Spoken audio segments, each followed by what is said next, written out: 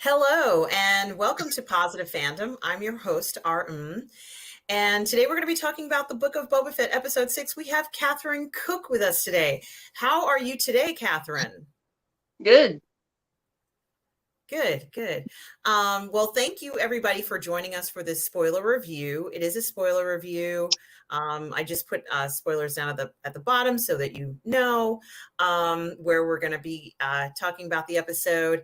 And there is a lot to talk about. There's so much in this one.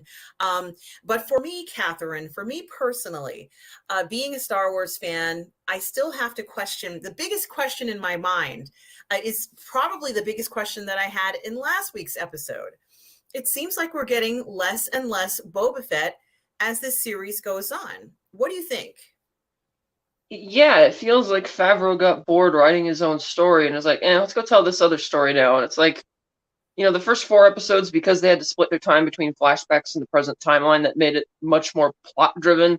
And a lot of people observed that the only true, real emotional character moment for Boba was when he found the Tuscan camp destroyed. Uh, and so the implication that they were going to be done with flashbacks and that he and Fennec Shand were finally going to get into this was exciting, but these latest two episodes have been largely about Din's emotional journey with Grogu, and it's like, why? Because when Boba showed up in The Mandalorian, he didn't hijack that series and kick Din out of it, and this episode just, I know it's got a lot of great Star Wars stuff in it, but I think it's the worst one because it's so schizophrenic and disjointed, not just because everything plot-wise happening on Luke's planet is unrelated to what's going on Tatooine, but the tone is so off. Like, for all intents and purposes, once Din Djarin left Luke's planet, that's when that sequence of events should have ended.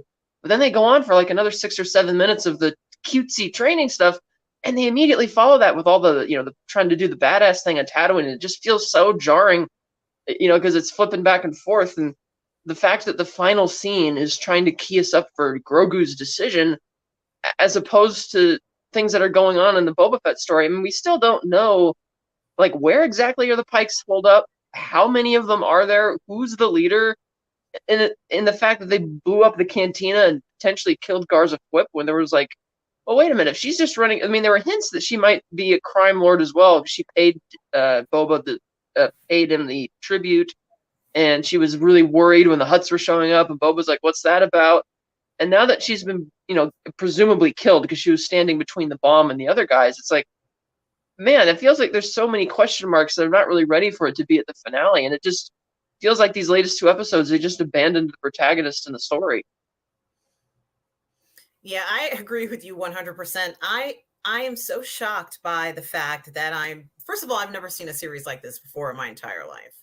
All my years of watching television and movies and, streaming shows, I've never seen anything so disconnected. It's almost like 1 through 4 was part one and 5 and 6 is part two, like a separate, story, not even, the same group, not even the same focus. But the most startling thing for me is, as you know, I'm a Grogu super fan. I'm a Grogu super fan. And even I, in my love of this character and my love of Grogu, who I cannot get enough of, even I feel like this has been rushed, especially for Grogu, especially for Luke. I want Grogu to get the best training and be in the best circumstances for him and to be safe and for him to be happy. And I feel like he needed to be, aside from this story that we've been given and the time frame, I feel like he needed to be with Luke for about 5 years, just to kind of understand what it means to bring back this Jedi lifestyle and kind of get a focus of what's important to him. And I feel like this is very slapdash. He just got there with Luke.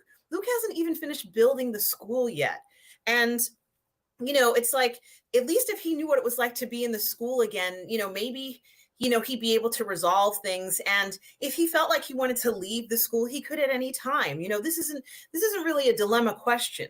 It's kind of like, Luke has already told us that how Grogu is responding to him and how he doesn't feel like his heart is in it. I don't feel like anybody's heart is in this series. I think that the question of the focus of this series is kind of like, well, they don't have a focus.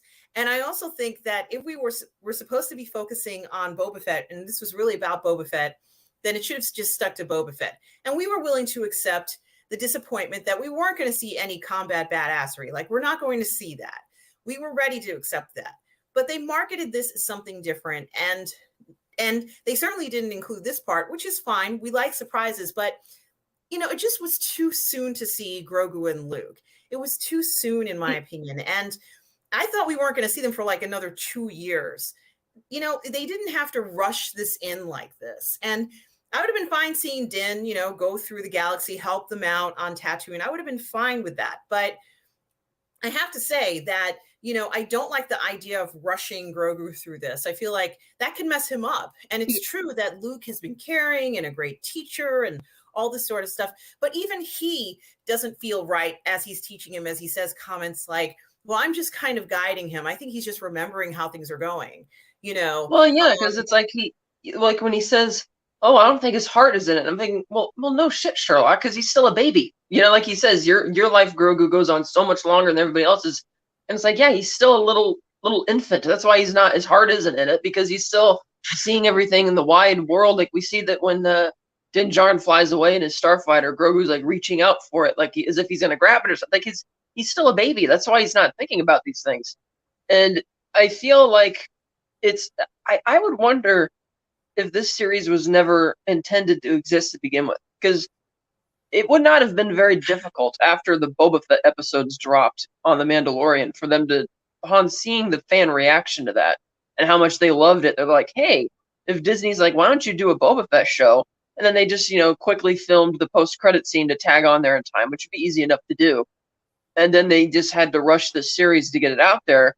And since we know the second season of Mandalorian was halfway through filming when the first season dropped, we know that therefore outside influences did not change the storyline for season 2. So I'm wondering if this is Disney's like corporate intermingling, like, oh, Din Djarin and Grogu are super popular, and the Luke scene is super popular. You have to have that in this show. And it's like, but it doesn't, like you said, it feels kind of rushed, and like, why are we here? There's still 19 years between where we are now and before Kylo Ren destroys the temple. So there's still plenty of time to come up with any number of reasons for why Grogu's not going to be there and will not be killed. So the idea that they're pushing this now, and especially in a 7-episode series, the 5th and 6th episode would be analogous to what you'd consider the falling action in a film script. That's where you really start raising the emotional stakes with your protagonists. And since the first 4 episodes were admittedly largely exposition based, it's like, okay, we really need to be investing in this, but they're not. That's why I wonder if this is more of a Disney thing interfering with it, because I'm like, and plus, because Grogu's still a baby, it's like if he chooses the chainmail, which seems inevitable, that's what he's going to choose. I don't see how he's going to fit with Din if he's going to be going on his journey to potentially reclaim Mandalore with the Darksaber, having this little kid by his side. I'm like, what are they? I'm not really sure what's going on. So what you said makes sense. It's like, yeah, he should be there for at least 5 years, because given how slowly he ages, like 5 or 10 years for a regular Jedi Padawan is only going to be like a year for him. So it feels very out of place. And so when you, like, that cold open was so good, Cobb Vanth. It's like, okay. And when you see the title, From the Desert Comes a Stranger, my first thought was, okay, that title might be from Boba's perspective, and Cobb's the stranger, and he's going to see the armor. It's like, hey, that's my, type of thing. And it sounds like it's going to be a swashbuckling, fun type of thing. And then we go off and keep filling us in on, Grogu and Mando. So when we finally get back and have the big moments in this episode, it just still feels very jarring.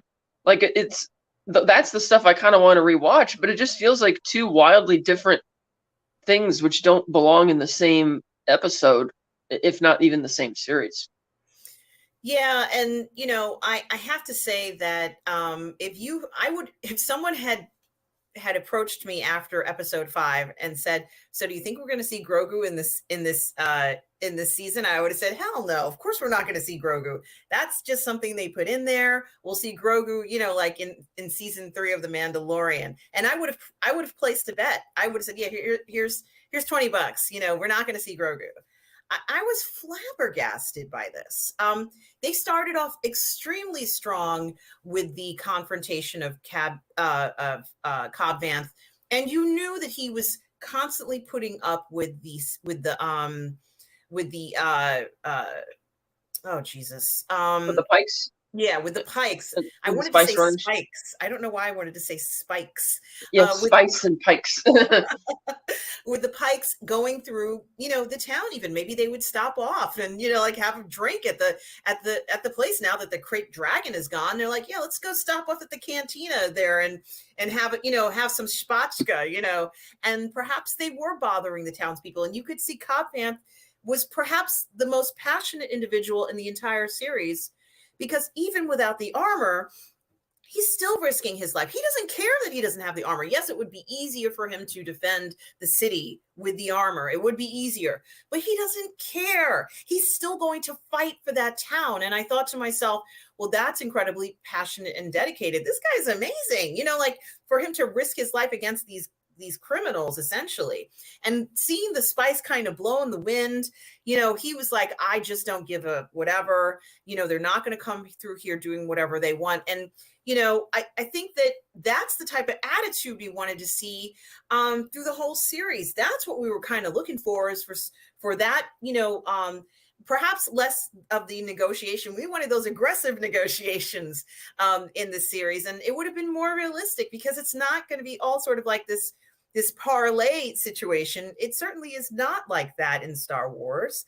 There's a lot of confrontations, and you have to be able to defend yourself, and that's what we were expecting to see. So after that scene, I thought we were going to go back to that there would have been some sort of hit, and of course there was a hit, but it wasn't where I thought it would be. I thought they would try and attack the palace, because that's where Boba is. I mean, what's the point of attacking a place where he's not even at? Like, it doesn't even make any sense. There's nothing in the sanctuary other than, I'm sorry, go ahead. Yeah, it really doesn't make sense, because is it because if it's because they found out that the other crime bosses agreed to be neutral and they want to send the message because she's neutral too, well, then they need to explain that or make that clear to the audience, because it was so out of left field. Because like I said, we still don't know who these Pikes are, like how many, like what was it at the end of episode 3 when we saw the starship arrive at the spaceport, and we really haven't seen or heard anything from them since then. And it's like, the reason I'm still clinging to the belief that Boba is trying to avenge the Tuscans is because I can't think of any other motive for him to go to war with the Pikes at this point. It's like, if he's serious about, oh, I'm going to rule with respect, and if we cooperate, we can make a lot more money, well, then it stands to reason you could just cooperate with the Pikes and make money that way too.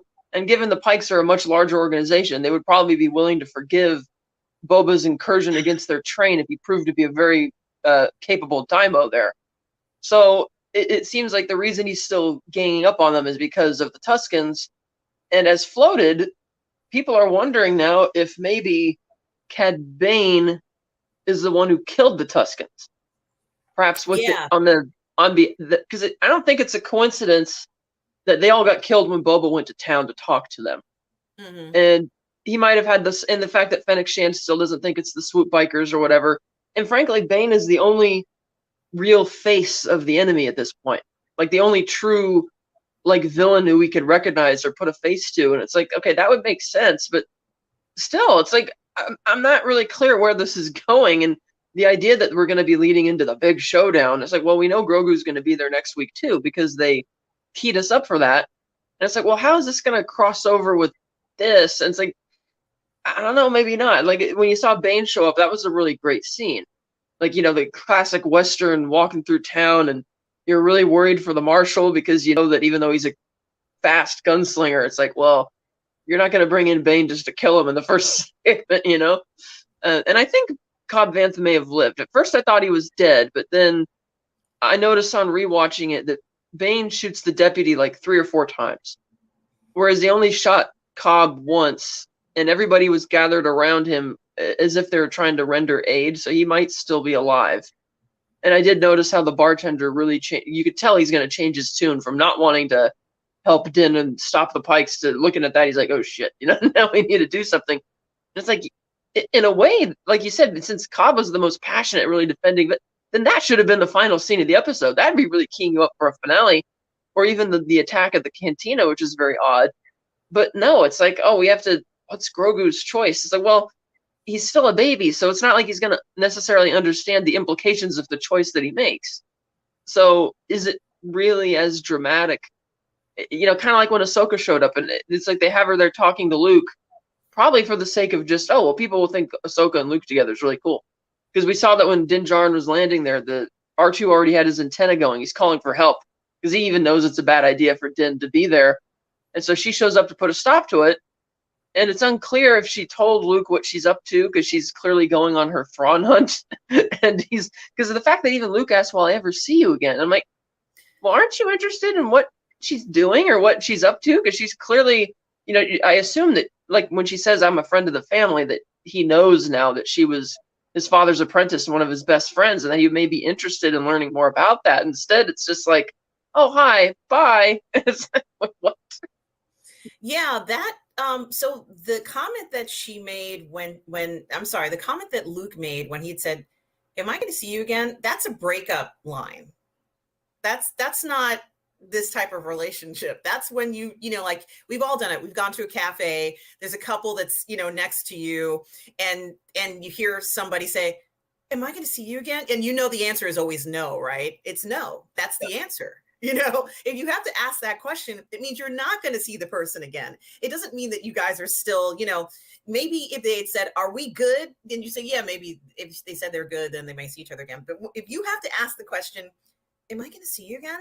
You're not going to see that person ever again. Like, there goes, it's over. So I had to wonder, like, that was such an odd way to just say, well, I hope our paths meet again, or some shit like that. Just leave it at that. But like, that uncertainty with Luke, I was like, what the hell is going on between the two of them?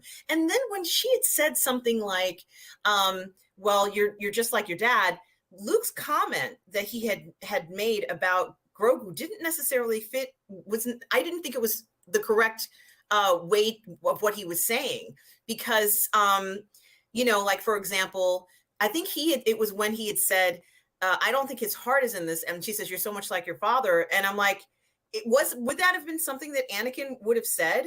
Anakin didn't even like to train other people. Like, he was forced to train Ahsoka.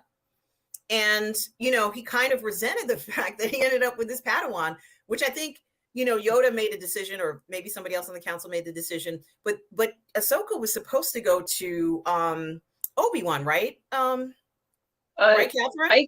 I can't exactly remember. I remember with that character, I really was not on board with her until the ending of season 3, and when she gets kidnapped by the Trandoshans and is dropped on the planet to be hunted, and she helps inspire the other Padawans who gave up. I'm like, okay, that's really, my struggle with that character was that, she's like a teenager, almost like 14 or 15 or whatever, and you're throwing her onto the front lines of some of the most intense combat. And she's just like, oh, golly gee willikers type of personality. And it's like, I'm not buying that. Whereas in season 1 of Clone Wars, there was an episode where Kit Fisto reunites with his Padawan, and the Padawan is more prone to violence, and the way they frame it is as if we should be upset with him or criticizing him. And I'm thinking, dude, of course he's changed, because on the one hand, you're raising them with this pacifist ideology, but you're throwing him onto the front lines of combat. Of course he's going to be more, kind of messed up. And It's like that, if you're going to open the door to what seemed like a much more believable version of Padawan, but then have her in here, is just like, it really threw me, and took a long time for me to come around to that character. And I kind of liked her a lot more in Rebels and Mandalorian, even though she has much more limited screen time by comparison, because I like her mature adult self. I just didn't buy the kid thing. And you're right, for her to say, oh, you're so much like your father, and he's like, oh, Grogu's heart isn't in it. It's like you said, Anakin wasn't really into training people. So Anakin didn't give a shit about whether someone's heart was in anything. Anakin had a lot of inner conflict, and he had a lot of issues to deal with because he was being manipulated by Granddaddy Palps that whole time. And, no one, he was the master of this. Palps was the master of deception. He was dealing with a whole bunch of heavy stuff. He couldn't be concerned about whether someone's heart was in something. So I think Luke is a dramatically different character, because let's just say, for all practical purposes, he grew up in Tatooine with his uncle and aunt, and the good old uncle Obi, who have looked after him to make sure he's safe. And, he's been pretty happy life. Luke wasn't sad. So, I'm like, how was he like his dad? Like, this is, other than, I mean, he saved his father, but, I'm not saying that they were so dissimilar. I just felt that the context that comment was made was not really true. So, and then to top it off with the, am I going to see you again? I'm like, yeah, maybe you're not going to see her again because, you shouldn't have even seen her now. But I do have to say that, it was obvious that they were trying to tie this into an Empire Strikes Back situation with, let's say, it was adorable seeing Grogu. Yes. Seeing Luke carry Grogu on his back. Of course we were supposed to, go back to the Empire Strikes Back, right, Catherine? That's what they wanted us to go back and see and be reminded of. Yes, it was pure, Easter egg, fan service. Yes, I admit that. I'm not going to say that's not what it was. But the only person who seemed to be acting normal was R2. R2 was like, what the hell is going on here? Like, what is Din doing here? I think that he even sensed that something was a bit off. And, R2 is an AI. He's an astromech. As far as I'm concerned, he's the storyteller. And if they ever tell the story again in the way that he does, he'll say, well, things didn't go as planned. No, they didn't. Din wasn't supposed to be arriving here now. Ahsoka's there. We don't know why she's there. There's a lot of weirdness going on. And, and that's, something that we're not going to get an answer to. What I can say is that Luke looked better in this episode. That guy. Oh, yeah. That de-aging tech is, look at how much it's changed in the past year. And I feel almost like the reason that training sequence goes on as long as it does is because ILM probably had their bets. It's like, hey, let's see how much of this really great stuff we could cram in here and still meet the deadline, because it was unbelievably impressive how far they've taken this. But at the same time, you're right. It's like, yeah, they're doing the Empire Strikes Back thing. Okay, a little cutesy, and Grogu trying to learn how to do the training remote thing. And I was in a chat the other night where we were watching it, and everybody was making fun of Luke, like strike one for not taking care of a baby very well. I'm like, yeah, Obi-Wan even gave Luke a lightsaber and put a blast shield on him before he turned on the training remote, whereas Luke just left Grogu at the mercy of, hey, what's this? A little toy and getting shot with it. Get off.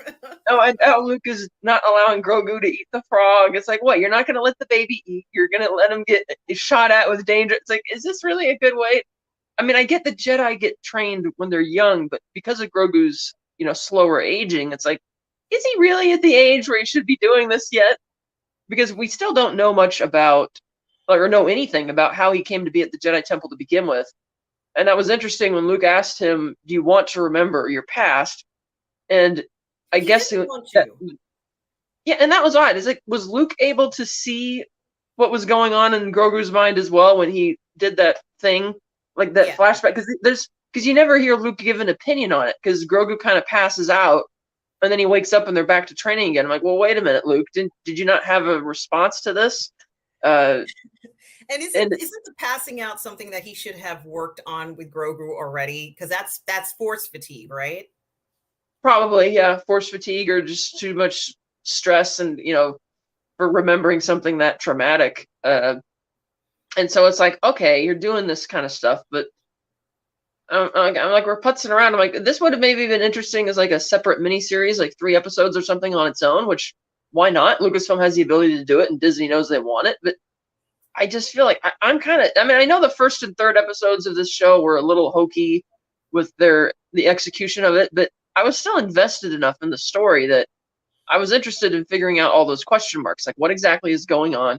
Why did the Hutts change their minds overnight from wanting to kill Boba, be like, oh, the Pikes are with the mayor now, so bye? It's like, what's going on here? And it's Jabba would have never given up.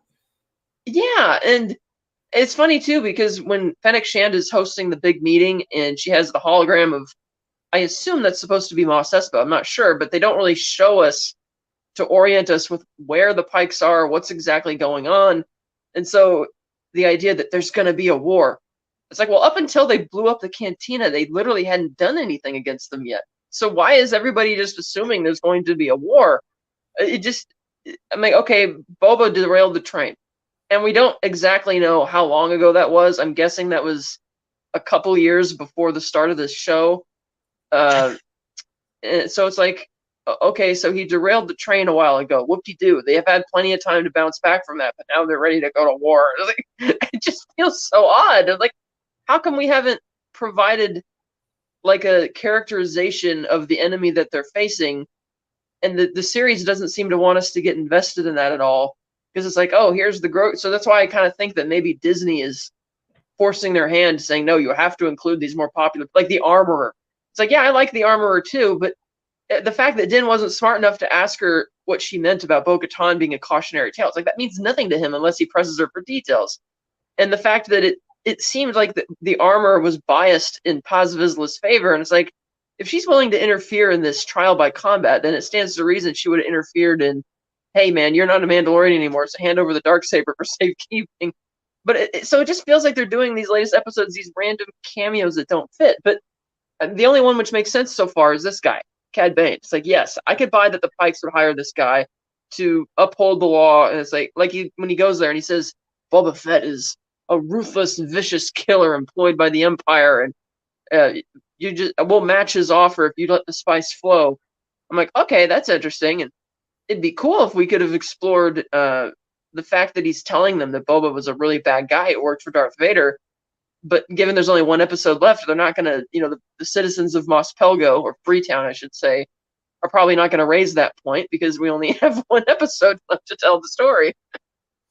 Yeah, and at this point, we certainly are at a state of confusion, aren't we? Anything could happen in this, and they could go so far as to not even show any of the characters at all in the last episode. With this type of a track record, where anything goes in this type of approach, and it's not an effective way to tell a story. Cad Bane perhaps was the most true to his character appearance, as far as I'm concerned. And to be honest with you, Catherine, I have to say that every appearance I've ever seen of Cad Bane, most people don't survive the encounter. The last time we saw him was in season 7, not season 7, was in the Bad Batch, fighting against Fennec Shand. And, that was tough. Like, she had trouble. It wasn't, an easy fight. But even in the Clone Wars, when Cad Bane was making attempts on people's lives, he was practically as skilled as a Jedi. I remember. Yeah, I mean, Darth Sidious even hired him. That's how good he is. Yeah, I remember one scene where he was chasing Anakin, and it might not have been Anakin. It was Anakin was chasing him, and it was and he was chasing Ahsoka. Yeah, that was incredible, and it just showed you the potential that Cad Bane has. He's one of those people who's an incredibly skilled fighter, who's not a Mandalorian, and seems to be able to do the most impressive things. And, they didn't go overboard with the scene that we saw of him. We just knew that his presence was menacing and that Cobb Vanth was in trouble. And I almost questioned, and I thought to myself, well, I don't really want them to kill Cobb Vanth here. And he fell down, and Cobb Vanth knows to stay down. You know what I mean? Like, you get hit, you stay down. You don't get up again with somebody like Bane there around you. And maybe that other guy, the deputy, as a distraction was good. Because, a lot of his attention has to go towards this other guy who's got a big mouth and, takes attention away from Vanth. But I have to wonder, it's like, ideally, Bane should have just, and I know it sounds mean, but Bane should have just killed Cobb Vanth. And that would have set such a tone and message in this story, a sense of realism to what we're talking about. Because, Bane is not a friendly character. Well, is it possible that he thought he was dead? Because he lies there on the ground, kind of, sprawled out for a second. He had already turned his back by the time the other people were running up to him. And when the bartender in particular ran to Bane, he looked at Bane, and he was smart enough not to try anything. He's not going to grab Cobb Vanth's pistol and try and shoot this guy in the back. It's like, no, this guy. That's why I think that probably in the final episode, they're going to take him to the palace. They're going to save him with the back to tank. And he's going to describe this mercenary. And Fennec Shand is like, ah. And Boba Fett's going to be like, because in the lore, Jango Fett and Cad Bane were really tight. They're really great friends. But there's the story that never got finished because Clone Wars got canceled, in which when Cad Bane and Boba and Bossk and Dengar, they all went on this mission to find this kid. And Boba started bonding with the kid and didn't want to hand him over to whoever they were going to. And he ended up having a Mexican standoff with Bane and got the dent in his helmet. So I'm thinking, is it possible that we could have a flashback next week with Daniel Logan as Boba Fett, and we get to see that event, because at present, to my knowledge, I don't think Boba Fett has had any on-screen collaborations or meetings with Bane at all yet. Fennec Shand, I think, is the only one of at least of the characters in this series. So I would be, and I don't think Ahsoka is going to show up in the finale at the at Mos Pelga or at the Mos Espa. So that we could be seeing something like that next week. It's like, okay, but at the same time, it would have been nicer to establish this character in the a bit earlier in the story, so that we have there's an actual, because it felt like the story didn't really have an antagonist. It was like a mystery, and that's fine if you want to tell a detective story. But the purpose of you don't abandon the detective story when there's all these plot threads going on to do something else, and then we're here at the finale now. It's like, wait, what about all these different investigative threads we haven't, checked out yet? So yeah, and I think that the mistakes that they made in this series, I mean, there's a list now. It's not sort of like one or two, is it? There's a list of things which include things like creating characters that have no significance, like the Vespa gang, or having scenes that have no significance, like the kitchen caper scene. That wasn't terribly helpful to the story. And I can go on and on with certain things that we didn't need in that iteration. But I agreed with you when it came to bombing of the sanctuary. Mainly because Boba wasn't there, and I still don't understand why the palace hasn't been hit yet. Now, they've sent a few people there, and he's had people come and pay tribute to him, and there was an assassination out in the middle of the street, that whole thing. And I guess there was when the guy ran away, and there was that sort of like chase, which was not ideal in a situation even where they were. It's like, as I said, it was like a Cadillac and followed by a bunch of people on small mopeds. I have to wonder about the action in this film, in the action in the series, because so far the only person that I feel really has had like a major action scene is Fennec Shand. She's had a legitimate part where she went in, and it's true that Boba wouldn't have been able to get his ship without her, but so far she's the one who seems to be running the show. And you mentioned when they were talking about how I guess maybe they were going to, now that they have the muscle, Fennec Shand was the one who was talking. It wasn't Boba. He didn't say anything. And so not only are we seeing less of Boba, but at important moments when he should be the one talking, we're not hearing him say anything. So, it's like it's a double omission. We don't see him. And then when it's an important moment, he's not saying anything. And it's very confusing to figure out, who exactly is running this. Is Fennec Shand actually running this?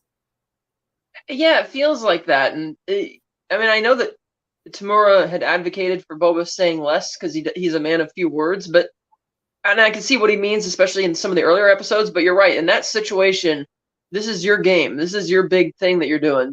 You got to be the leader here. And like when Din just suddenly shows up, and Boba just kind of like nods to him. He's like, "Oh, I'm gonna need help." And I was like, oh, "Okay." Not like there's not much of a "Oh, thanks for coming," type of thing. And he just walks off. And I did find it interesting also that the mayor's major domo was with them even. So I guess they kidnapped him at the end of the chase and took him as a prisoner. I'm assuming. Because I didn't even think about it. The fact that it's not so much that when that chase started that the major domo went into the back and told the mayor to leave. It's like the mayor was already gone, and he left the major domo behind, I guess, for the sake of keeping up appearances. And now he's been at the palace, I guess, this whole time. And I'm guessing the way he's standing there, and the fact that they're letting him see the whole plan means that he's, I guess, defected now. It's like, okay, but why? It's something that I kind of, same thing with earlier in the series when the mayor tried to insist that, oh, I'm not the one who sent the assassins after you, even though they said it was the mayor. And maybe he was telling the truth or not. I was like, I don't really know. And if they say that Garza Fwip survived that explosion, that would be really egregious because you see all that. But if she does, it's like I would expect us to get some answers as to, like, people were right to have all these suspicions about her character, and I felt that she like people were more freaking out about the fact that it was Jennifer Beals, but we didn't get to really spend much time with her. And I heard an interesting story where apparently in the original scripts, the employees of the sanctuary call her master, and she requested they change that because she says, well, the Twi'leks are slaves, and they're now liberated, so she Right. probably wouldn't want them to refer to her as a master because that's not her thing. And they're like, oh yeah, that makes sense. And it's like, okay, so that suggests that she's not maybe a bad person or not a criminal. In which case, it begs the question: why did you blow up her cantina where you could probably sell some spice? You know, The only it's place in just town to have a decent drink. Come on.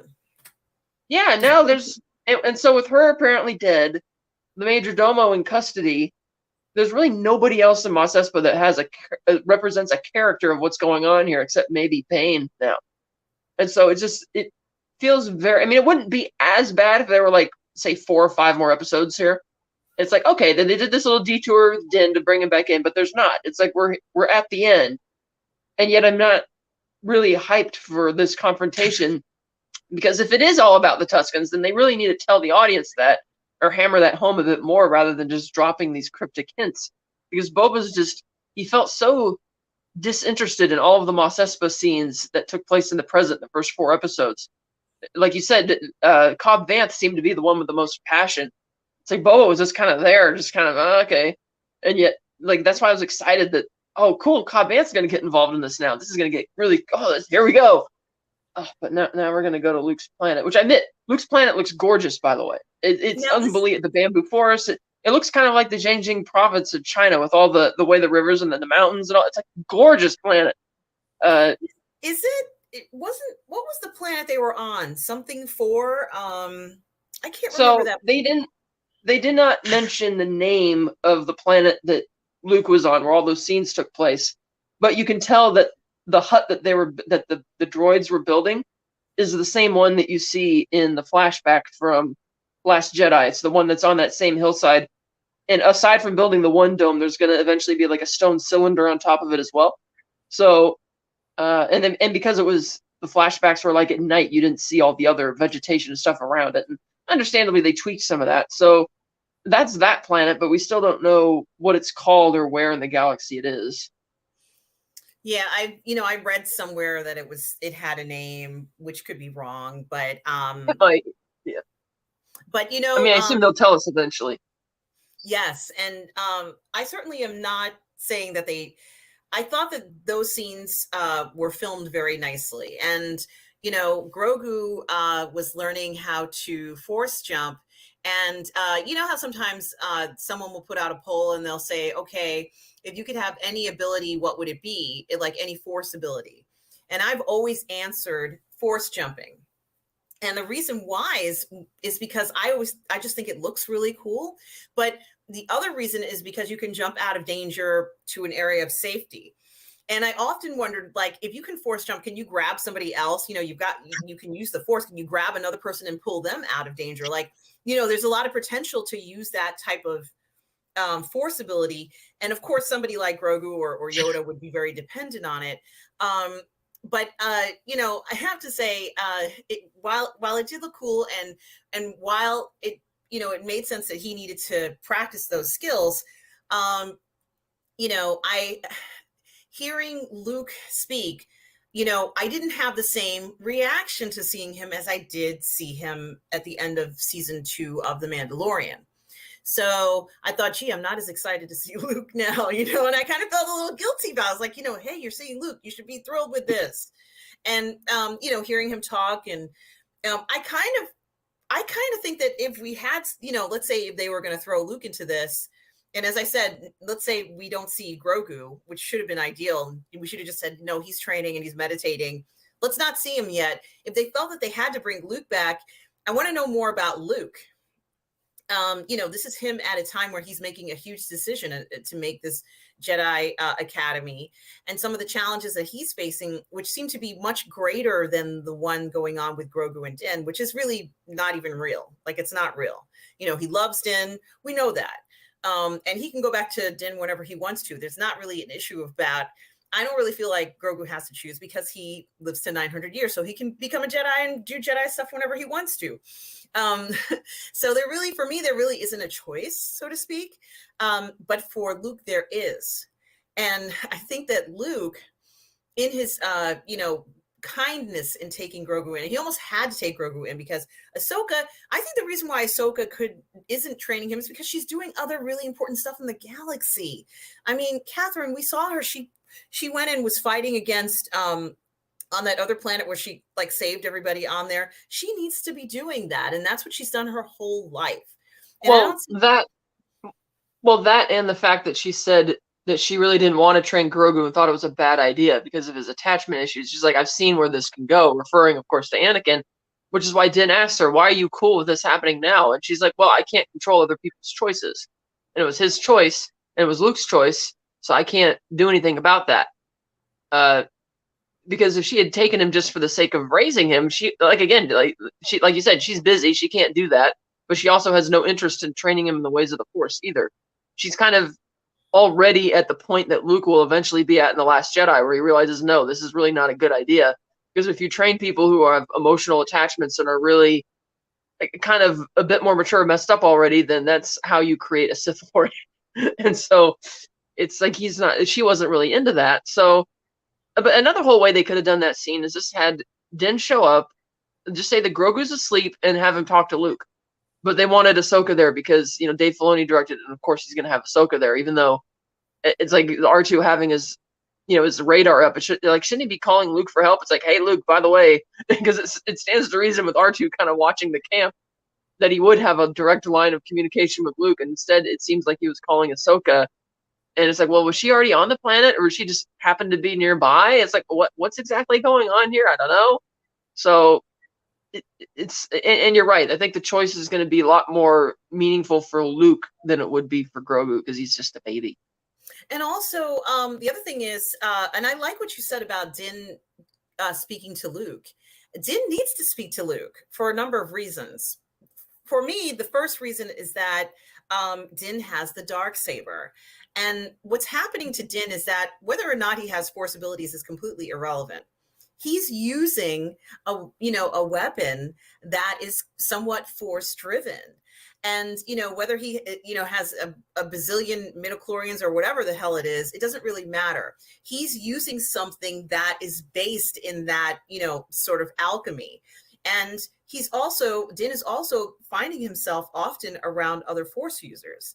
And so I have to question myself about, he's kind of around them a lot, first with Ahsoka and then with Grogu, first with Grogu, then Ahsoka, now presumably with Luke. He needs to accept that part of his destiny as well. And I think that, when he admitted taking his helmet off, that's what he was doing in a sense. He was saying, you know what, yes, I did take it off and I do have a different mindset. But he also wants to take some of the best things of being a Mandalorian, which is loyalty and looking out for your foundling. He's always going to look out for Grogu, but he needs help with that Darksaber, doesn't he, Catherine? He needs help. Yeah, he doesn't. He's not really, the whole idea of it getting heavier as it did for Sabine when she was training with it is the whole motif of heavy is the head that wears the crown, and it's a big burden and all that kind of thing. And the fact that he clearly doesn't seem to have an interest in going to Mandalore or leading it, it's like unless he goes there to do the the vision quest that the armorer sent him on, and maybe that'll mean something when they see him show up there with a Darksaber. It's like, but you're right, he's not really ready for any of this stuff, and we still don't know how things ended with Bo-Katan, because I can't imagine she would just be like, okay, bye, and not be keeping tabs on him. And then the other question I have with Grogu is like, if his heart's not in it, because understandably he's a baby and he wants to be with Din, then why did he ask permission to go with Luke in the first place? And that reads to me like they genuinely wanted to end that part of Grogu's story there, and this is Disney just saying, no, you have to put this back in there now, because he hasn't been with Luke for very long. It's like, well, why did you want to go with him if you don't want to do this? It's like, it doesn't track. I agree with that part. And I almost feel like rather than him saying he's asking for permission, I think that it should have been Din as a father telling his son to go to the school Right. or to train with Luke. And mainly not because not because that's what Din wanted and not because that's what Grogu wanted, but because that's what Din had promised to do as someone who had a foundling in their care. And go ahead, let Grogu be evaluated. Let Grogu go through these trials of 5 years, like I said, at least 5 years, learning what it means. Like Luke has all the books, right? He took the books from, somehow he acquired the books. I don't know how he got those Jedi books that talk about philosophy of being a Jedi and, all that stuff that you need to know. Well, Grogu's not going to find that anywhere. He needs someone to help him interpret that. And, obviously, Luke is the perfect person to do that. But, it should have been more of, I'm your father and I'm telling you, you have to go. I'm always going to love you. Doesn't mean I don't love you, but this is what's best for you, versus Grogu deciding, like, I don't know. I just don't think Grogu might have even made that decision, and he shouldn't have to, because he's still a child. But these are all points that, perhaps the interpretation of him asking permission, like, come on, we know that he wouldn't be doing that, but this is what they wanted to put in there. They wanted to make it seem like Grogu has his own mind and his own decisions, and we haven't necessarily been seeing Grogu's actions dictate that, other than calling Luke on Tython just to talk. But we haven't seen, any true legitimacy of that. And even this choice that he has to make is not necessarily a true legitimate, choice of that. What is legitimate is the fact that when Luke was like, go ahead and jump, and Grogu's not doing very much jumping, and I'm like, and Grogu's not doing very much jumping. Like, it's an indication that maybe he doesn't want to do it, And honestly, Catherine, I've never seen a bunch of kids training in the temple. Like, I don't know what it's like to train. They're calling him a Padawan, and I'm thinking maybe he's still a youngling. And a youngling training is very different from a Padawan, because a Padawan, right, Catherine, will go out just like when Ahsoka was with Anakin and they would go out on missions. She was a Padawan, right? I guess, yeah. So, Grogu's not close to being a Padawan. So, like, right? He's not. He's still a youngling, in my opinion. So I think that, he's a special person, and then there's all these things to consider. And R2's kind of like, nah, I don't know whether you guys are doing this right, but I'll play along with the game. And, recording everything that we're watching. But, I had to wonder about that as well, from what we're seeing. So, Din needs Luke's help to be trained with his Darksaber, because I don't see Ahsoka kind of like, oh yeah, I can help you with the Darksaber. I don't see that happening. I think Ahsoka might ask Ahsoka questions, but I don't see her sort of like, I'm going to train you how to use the Darksaber. And Luke might have also been able to explain to Din why he thinks that he might have gotten the Darksaber. In other words, there has to be some fateful reason why he got it. And from what I understand, and I could be totally wrong about this, Catherine, but from what I understand, Luke supposedly is the one who actually has claim to the Darksaber, because when Maul had it, I did not come up with this. I saw this on the internet, on YouTube. When Maul was challenged by Palps, at some point, like, he attacked him and he was no longer going to be his number one, so to speak, or the apprentice anymore. As soon as Palps defeated Maul, or beat him up, or whatever you want to call it, Maul, Palps had the right to the Darksaber. And so he should have had the rightful, succession of the saber. And then when Darth Vader went ahead and, so to speak, defeated Palps, in Return of the Jedi, then it should have gone to Darth Vader. And then Luke would get it once Darth Vader, let's say, passes away, Anakin passes away.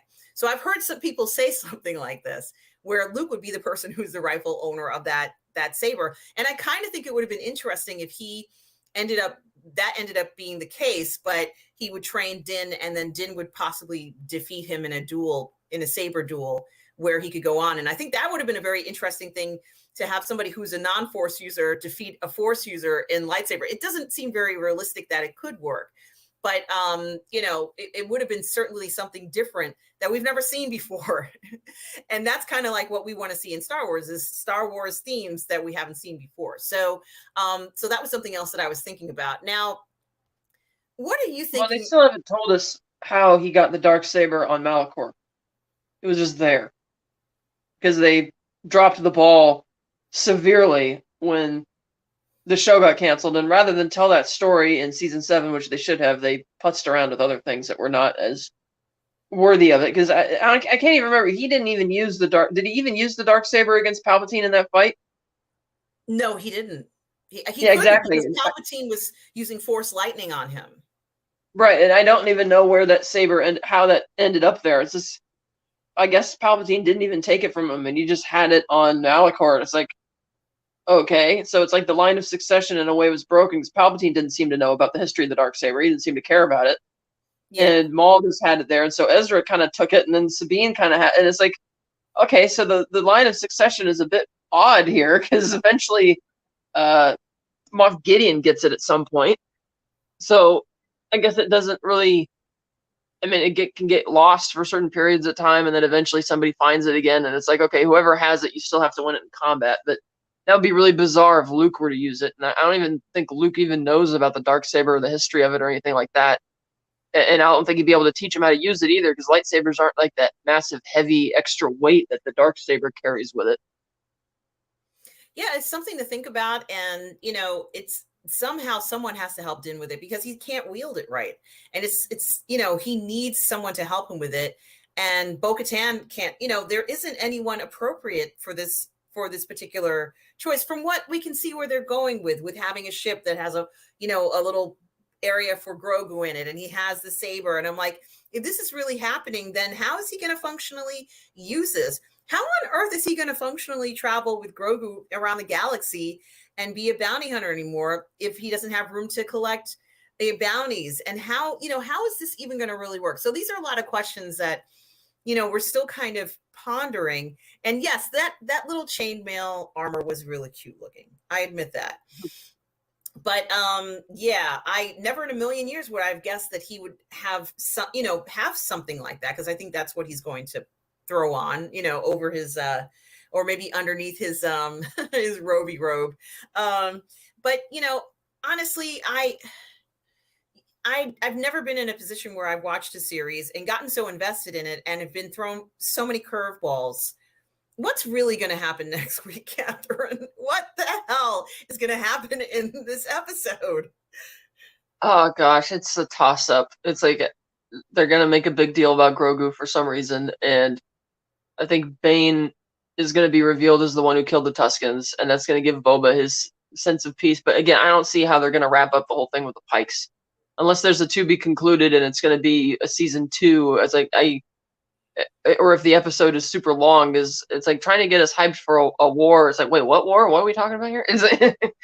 So I think at the very least, Cobb Vanth will also be brought there to like back to tank at the palace.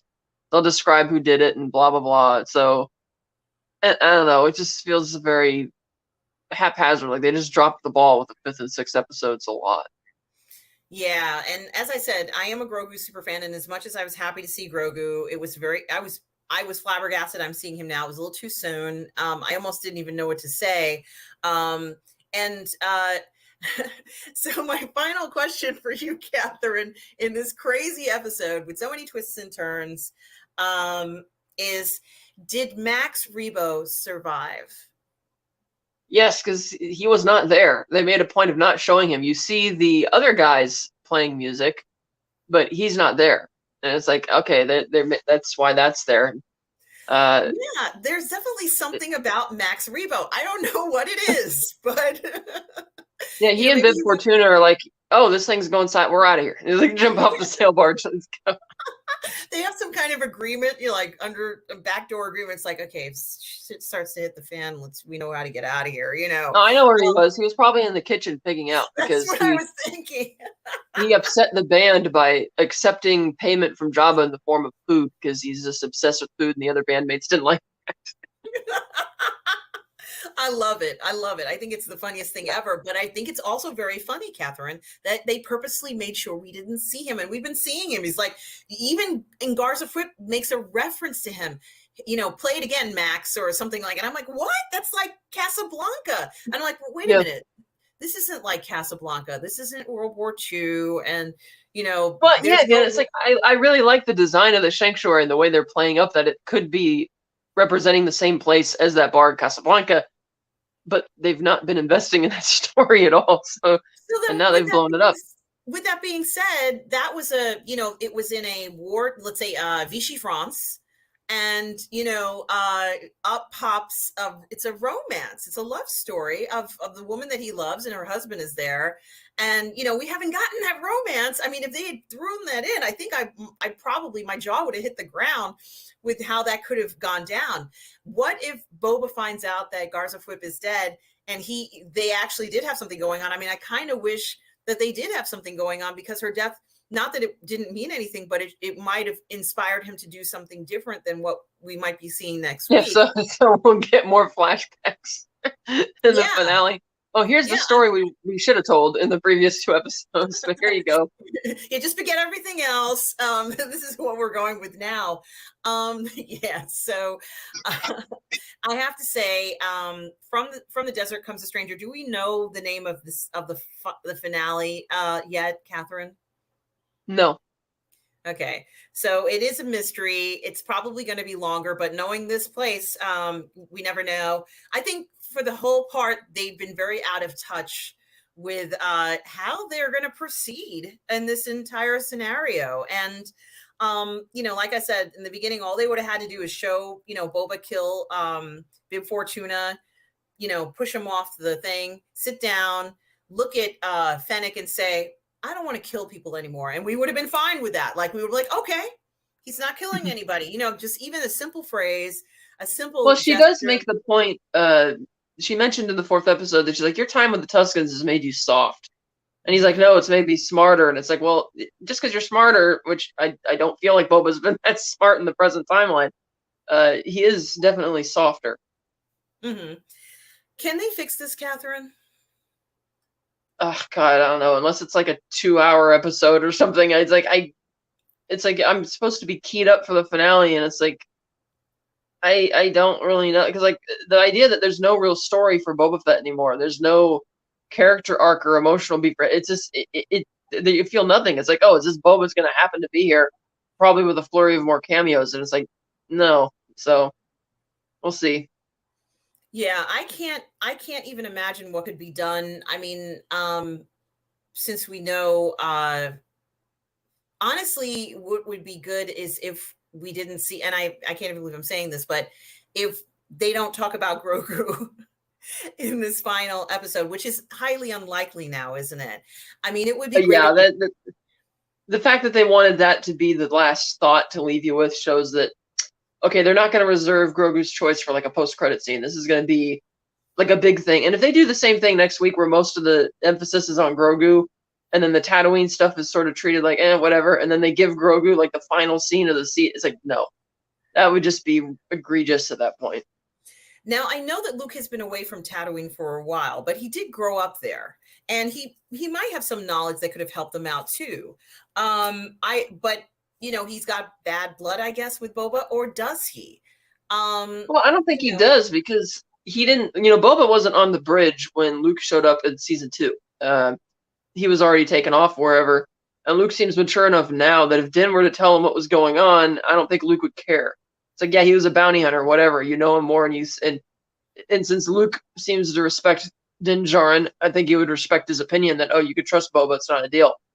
But I don't think Luke would be interested in actually going there, and because especially since Din didn't tell him anything about it, so it's not like he's going to go there anyway. But I don't think he would have anything against him if he showed up. and and I'm guessing, you know, Din, as I said, he's so ignorant, like he doesn't really learn anything. And you know, I love the character, but he just really is so much in the dark. Or maybe he knows more, he just doesn't say anything, but I doubt that.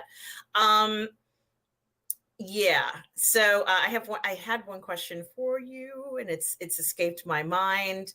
But yeah, I really do question how this is going to end, because there are so many loose ends in this one. I've never seen anything like this before. It's so incredibly unpredictable.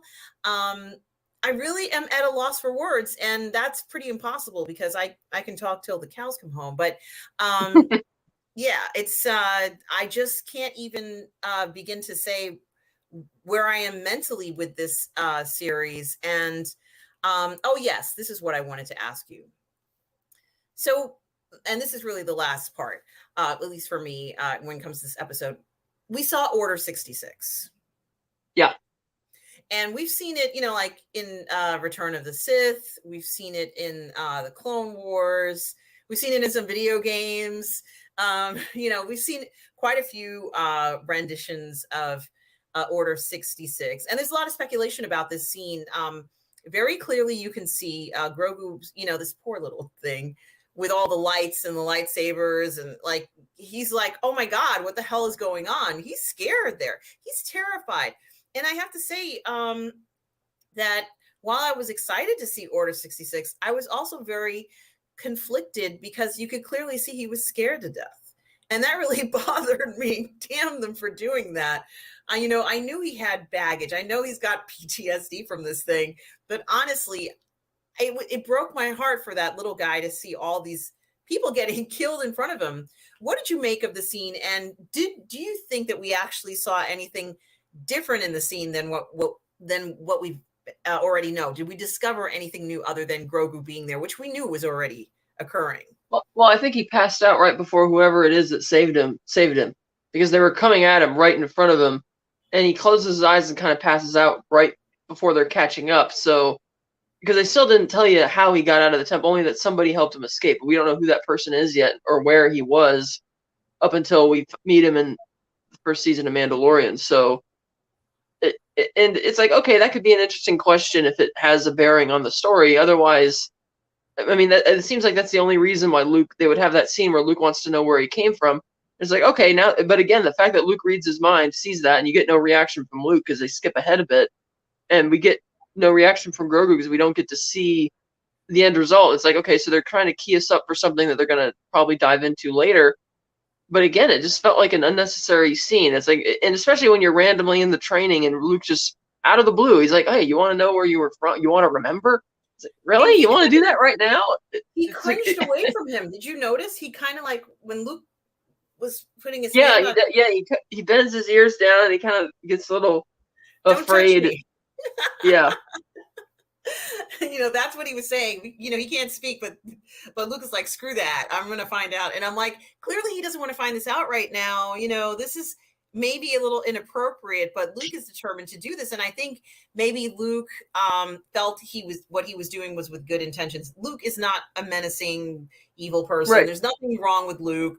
A lot of people were very angry that they're like, oh, why are you making him choose? And I'm like, no, he's not making him do anything. He just wanted to know how he was feeling inside, because maybe Grogu is unable to express those emotions since he's just a child. But yeah, I just was curious about what you thought of that. I thought it looked pretty cool, so there is someone who's kind of like getting him. Obviously we knew this. Yeah, so that was something that I was not expecting to see in this episode either. So. But let's see how episode 7 turns out, Catherine. I am very conflicted personally in what I've seen. And, I don't even know what to say anymore. I could say at the very least that I don't think they're going to kill Cad Bane next week, even though he's been set up as a villain. It's like, you brought that guy into live action, which is something I've been waiting for a while as well, because in season 1 of Mandalorian, I was kind of conflicted as to whether or not that was Boba Fett showing up in the desert at the end, or if that was Bane showing up at the end. And so I'm not surprised that they finally brought him in, but I don't think they're going to kill him next week either. Now tell me, did you like how he looked in the episode? To me, it kind of looked too obvious, like it's a guy in a rubber mask.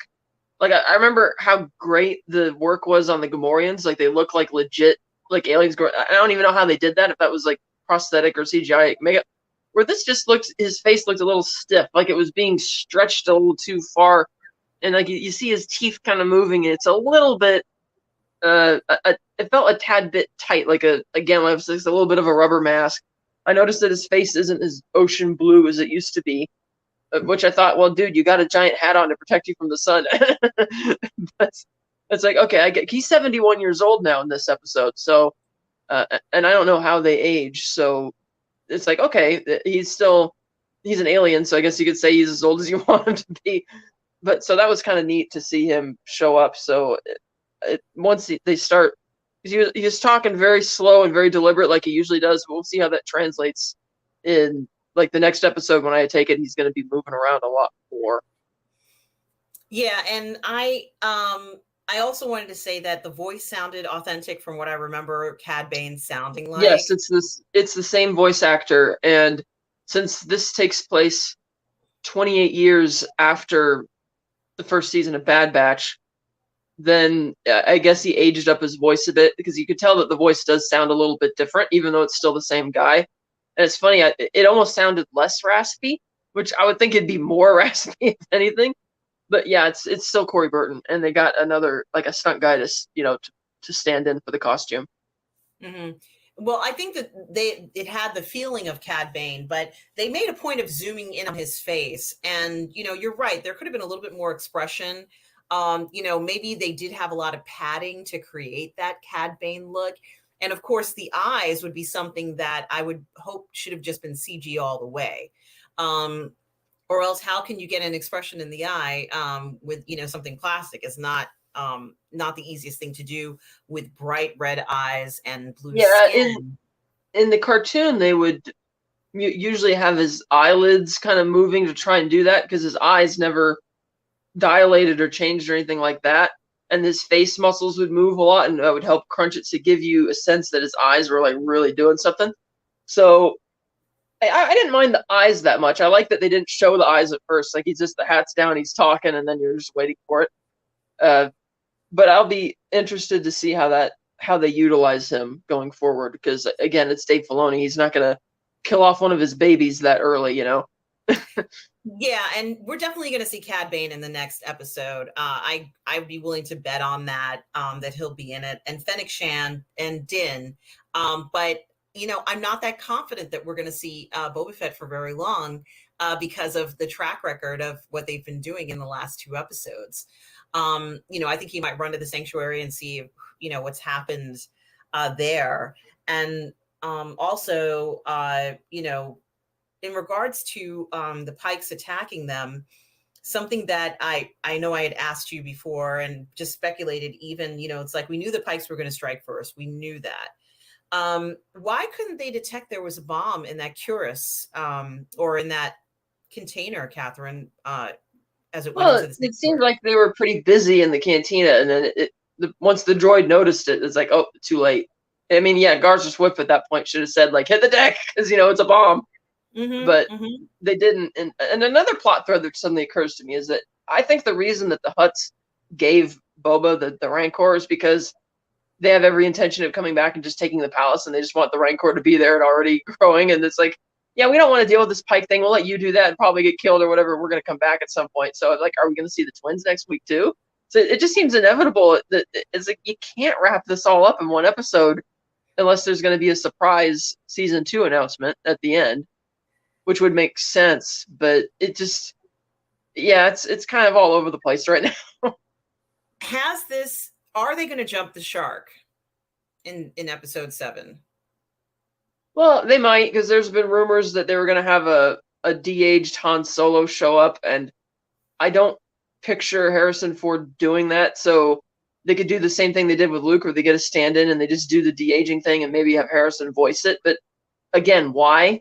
It's like we have enough characters in this show to have a compelling drama. It's like, do we need more cameos at this point? I mean, I don't know. I mean, season 2 of Mandalorian largely was held up by surprise cameos. Like it had this very rinse, dry, repeat style of, he goes to a planet to follow lead. Hey, you help me and I'll help you, move on, repeat.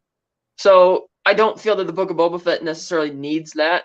It's like, because again, Bane makes sense as a character to be there. The Pikes are going to have an enforcer. It's him. Like Black Chrysanthemum was the twins enforcer, who now is there, and they let Boba keep him because they've they want to earn his trust, and I don't think Boba's gullible enough to trust the Hutts at this point. So that cameo makes sense. Cobb Vanth makes sense because he's Mos Pelgo, and they want to move the spice through there. He's going to be there. But then the Luke, Grogu, the armor, and Ahsoka and all that just feels like it's not needed. And yet you look at the response on social media, and that's, oh, they're the two best episodes because yay, Luke, Grogu, and it's like, well, what does it say that all these people aren't really that invested in the main story that they started with in the first 4 episodes? And if there is a season 2, is that going to influence how they write season 2 and how they proceed? It might. Yeah, and so I think that pretty much wraps this up in a nutshell. We're in for a surprise, no doubt, and only God knows where they're going to be taking us. Uh-oh, I think we lost Catherine there, but we certainly are in for a surprise going forward. But for those of you who are watching this, thank you for tuning in to this review. Catherine was on her cell phone, and you know how difficult it can be sometimes to be on your cell phone and to do live streams, which I've done, and they're not the easiest things to accomplish. So I really do appreciate her joining in. And let's see, I think she is back. Hey. So what I was going to say is, Catherine, where can people find you? Second and fourth Sundays of the month on a Virtual Cantina Network YouTube channel hosting a Star Wars show, The Unifying Force. Wednesday nights in the Phantasmagorium show at 6 p.m. Pacific, hosting the Martinis, Gadgets, and Guns James Bond show. Excellent. And for those of you who are watching, you can always find me here on Positive Fandom. And I also stream on Twitch, Positive Fandom, which is one word. On Monday nights, you can find me on Toxic Femininity with Lorena Creole, Nina Infinity, and Mandy Summers. Wednesdays and Thursdays, you can sometimes find me on the 1/6 Scale Man Network, either on Say What or Uncivilized Scoundrels. On Fridays afternoons, you can find me on Midnight's Edge, streaming with Tom and Andre and Cameron Pasha.